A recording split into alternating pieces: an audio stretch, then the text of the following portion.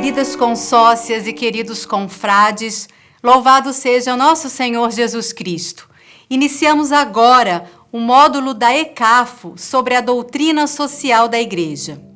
Como afirmou o Papa Paulo VI, a doutrina social é parte integrante do ministério de evangelização da Igreja, daquilo que diz respeito à comunidade dos homens, situações e problemas referentes à justiça, à libertação, ao desenvolvimento, às relações entre os povos, à paz. Nada é alheio à evangelização, e esta não seria completa se não levasse em conta o recíproco apelo que continuamente se fazem o Evangelho e a vida concreta, pessoal e social do homem. Esta afirmação do Papa nos lembra que a fé cristã não é desencarnada, alienada da vida cotidiana, já que o próprio Deus assumiu a nossa humanidade, menos o pecado, e questionou as relações e estruturas que feriam e ainda ferem a dignidade do homem e da mulher, imagem de Deus, como nos diz o texto de Gênesis 1, 27. Agora, nós vamos apresentar o primeiro, o segundo e o 9º princípios da doutrina social da Igreja, tal como constam no módulo da ECAFO.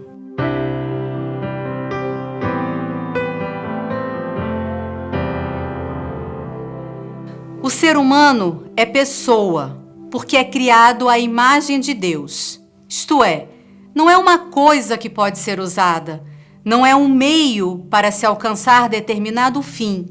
Ele não pode ser manipulado segundo convicções pessoais e ideologias.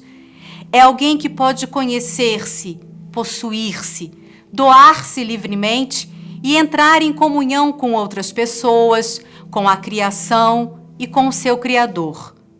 O Pai vê a imagem do seu Filho em cada pessoa.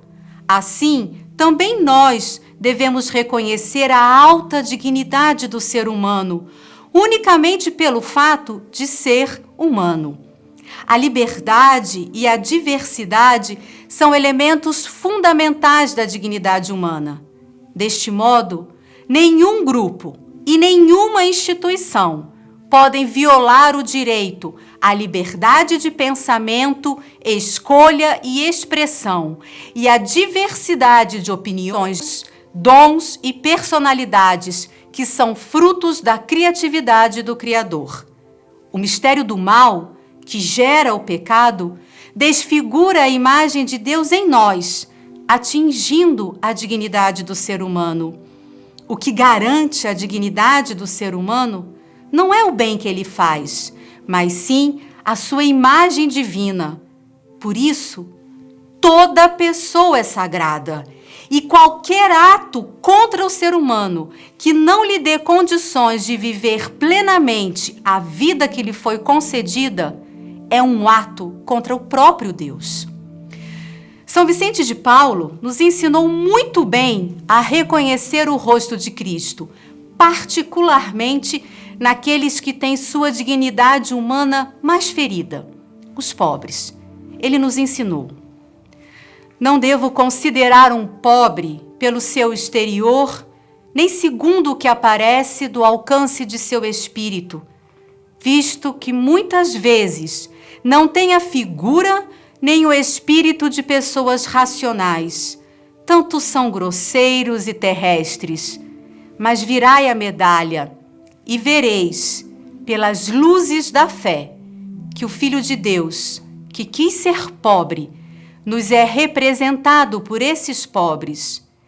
Ó Deus, como é bonito ver os pobres, se os considerarmos em Deus e na estima que Jesus Cristo tinha por eles.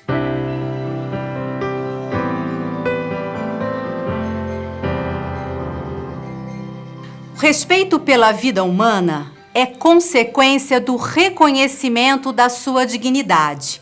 Assim sendo, toda vida humana deve ser protegida e cuidada.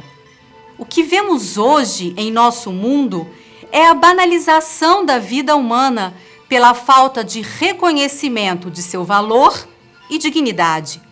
Por qualquer coisa, tira-se a vida de alguém, desde a da criança, que ainda não nasceu, até a do doente ou do idoso, que nos lembram de nossa condição mortal e dependência do Criador. Contudo, há uma outra forma de desrespeitar a vida humana. Quando não damos condição para que ela cresça e floresça. Quando uma pessoa não tem onde morar, nem o que comer ou vestir. Quando não tem acesso à educação, à saúde, à cultura, ao lazer e à experiência religiosa, lhe é negado o direito de viver. Quando permitimos, através de nossa omissão ou alienação, que a vida de muitos seja instrumentalizada por projetos políticos e econômicos que favorecem um grupo muito pequeno, tornamo-nos responsáveis pela morte de nossos irmãos, como Caim foi de Abel. Quando não mudamos nossa mentalidade e nossos hábitos para um uso mais responsável dos recursos do nosso planeta, desrespeitamos toda a vida criada e decretamos a destruição de toda a obra da Trindade. Respeitar a vida é lutar pelos direitos humanos que estão sempre acima de qualquer interesse de grupos particulares ou privados. Exatamente por isso, nós, cristãos, vivemos nossa fé também a partir da formação de consciência e do engajamento em ações políticas e sociais que pressionem o poder público a cumprir sua finalidade: dar condições de vida a todos. Se olharmos para a prática de Vicente de Paulo e Frederico Ozanam, veremos que não escolheram qual vida valia mais.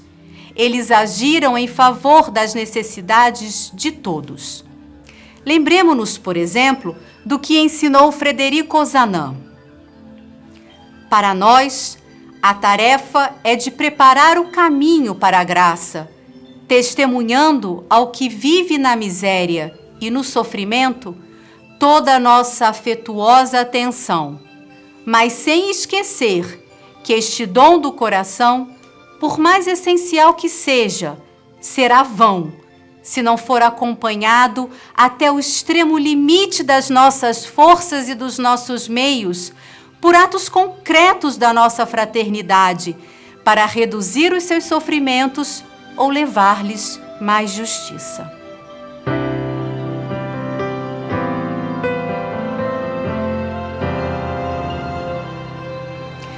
Já não há judeu, nem grego, nem escravo, nem livre, nem homem, nem mulher, pois todos vós sois um só em Cristo Jesus.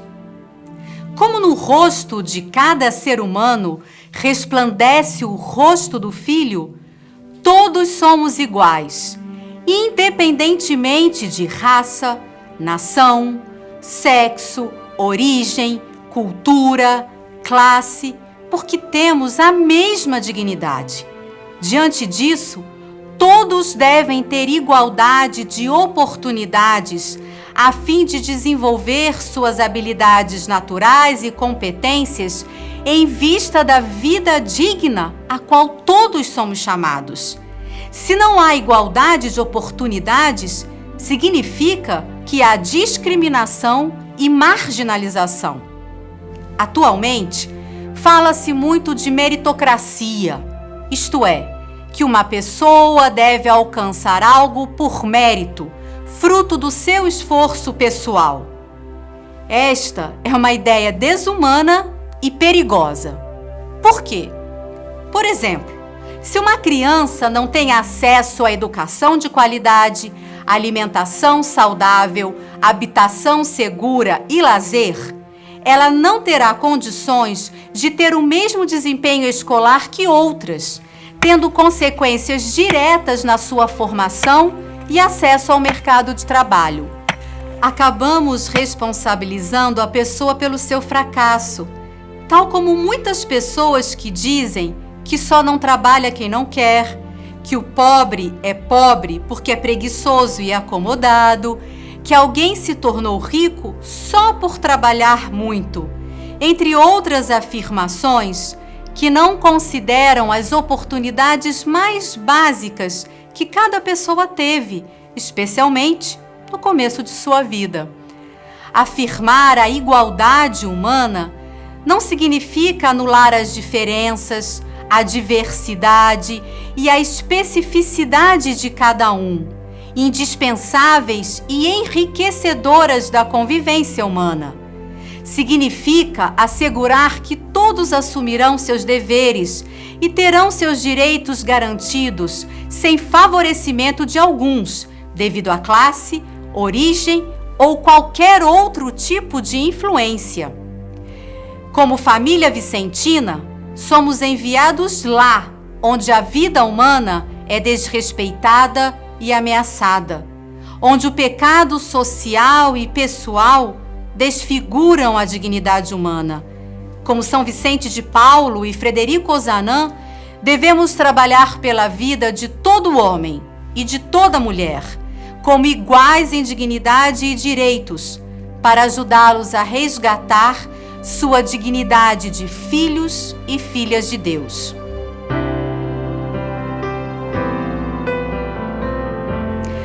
Deixo 2 perguntas para a sua reflexão. Em nossa caminhada como cristãos e vicentinos, reconhecemos a dignidade de toda a vida humana, procurando incluir e respeitar a todos? Quais ações de nossas unidades vicentinas revelam nosso compromisso com a luta pelo respeito à vida e à igualdade humana? Como podemos avançar nestas iniciativas? Boa reflexão e frutuosa missão. Louvado seja nosso Senhor Jesus Cristo.